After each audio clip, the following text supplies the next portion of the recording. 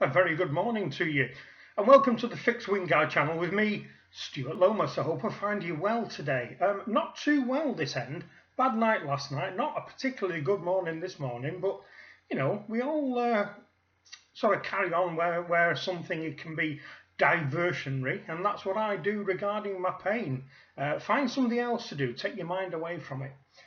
Just want to say at the beginning, before anything else, seen the video from TGV from the Urban Gentry channel this morning. Good to see him back. Still looks a little under the weather, sounds a little under the weather, but good to see him back. If you do subscribe to his channel, drop him a welcome back message. I'm sure it will underpin his recovery, but I'm sure he'll be back. Now he's got some time off work making videos very soon. The weather here in Manchester today, kind of a bit of a nothing kind of day. You can probably tell by the lighting in here. It's actually quite dark and dismal outside, but feels really close. So we could have more of the wet stuff today with I wouldn't be surprised if it wasn't a thunderstorm. So, hey, there you go. Don't come to Manchester today if you don't want to get wet. And if you do, bring wellies and an umbrella. What I want to talk about today is something that on the face of it may seem a little bit vain and a little bit pretentious, but bear with me on this. You probably looked at the title of this video and thought, oh God, what is he going to talk about? Can your YouTube channel be a legacy? Now, I'm using the word legacy because I actually can't think of a better word to use. So let me just carry on with this one. We've all seen these kind of programs on TV. Here in Britain, they're called Who Do You Think You Are? And they've done them both in Britain and in America. I think they've probably done them in Australia as well, I would have thought, where they take a celebrity, and find out their lineage, as it were. And they go, you know, back to parents, grandparents, great-grandparents, as far back as they can possibly go. And obviously, if you've seen the programme, sometimes it turns up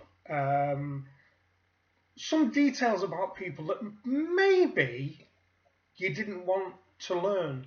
I can't remember who it was, but somebody, for instance, his great-grandfather was a slave trader, for instance. Another one had been bankrupt. I think it was Jeremy Paxman, I think. Absolutely bankrupt and destitute and spent a large part of her life in the poorhouse, his great-grandmother in Victorian times. So you can kind of learn things which are quite sad. So how does this attach to my video? Well, kind of how it attaches to my video is this.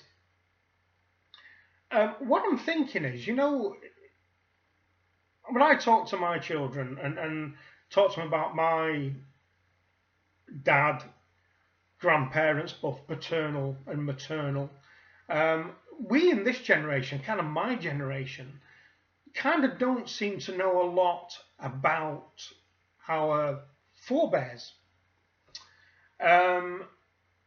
It was a tradition here in Britain that certainly relatively well-off and very well-off families used to have a family Bible. And this thing was a great old tome where anybody who was born into the family, a name was written, inscribed into the front of the diary, and it was updated when that person died. So you could actually trace your lineage back from your family Bible. That doesn't exist anymore to a certain extent. There are lots of websites now like Ancestry.com and so that you can find your lineage for a little bit of cash. So where I'm going with this, and it is going to be a short video this, I'm trying to live by my edict of my YouTube analytics. So if you're not talking, let's say, if somebody's having a conversation, let's say in 50 years' time, 60 years' time, and my children are talking to their children, and their children say to my children, what was Grandad like when he was young? And up until this point in technology, it has only been the spoken word, or perhaps family videos, or perhaps photographs, that kind of thing. Whereas now, with this kind of technology, they can say, oh, hang on a minute, log on to the internet, or whatever the internet's going to be called in 60 years' time. Or maybe they'll just wave a finger through the air, and a little bit like Minority Report, which I watched again last night. Good film, that. Good film, very forward thinking. When that was made, we didn't have Bluetooth earpieces, and they had them. See, technology. Maybe they'll just wave a hand and this display will come up on the wall and you'll be able to see whoever you like.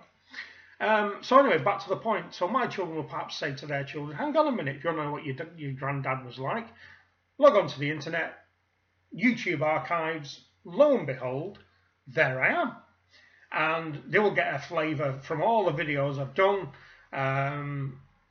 what kind of things interest me, what my personality was like, what people who subscribed to me thought of me as a person, which will give them a kind of real world first person view.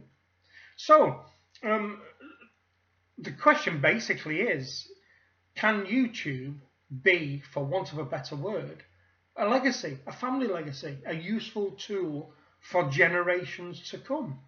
Anyway, let me know what you think about this one. Is it just vain? Is it vanity? Or is it something that you think, well, you know, it is just another tool in the armory, whereas now, you know, yes, we can show old family videos, yes, we can show old family photos.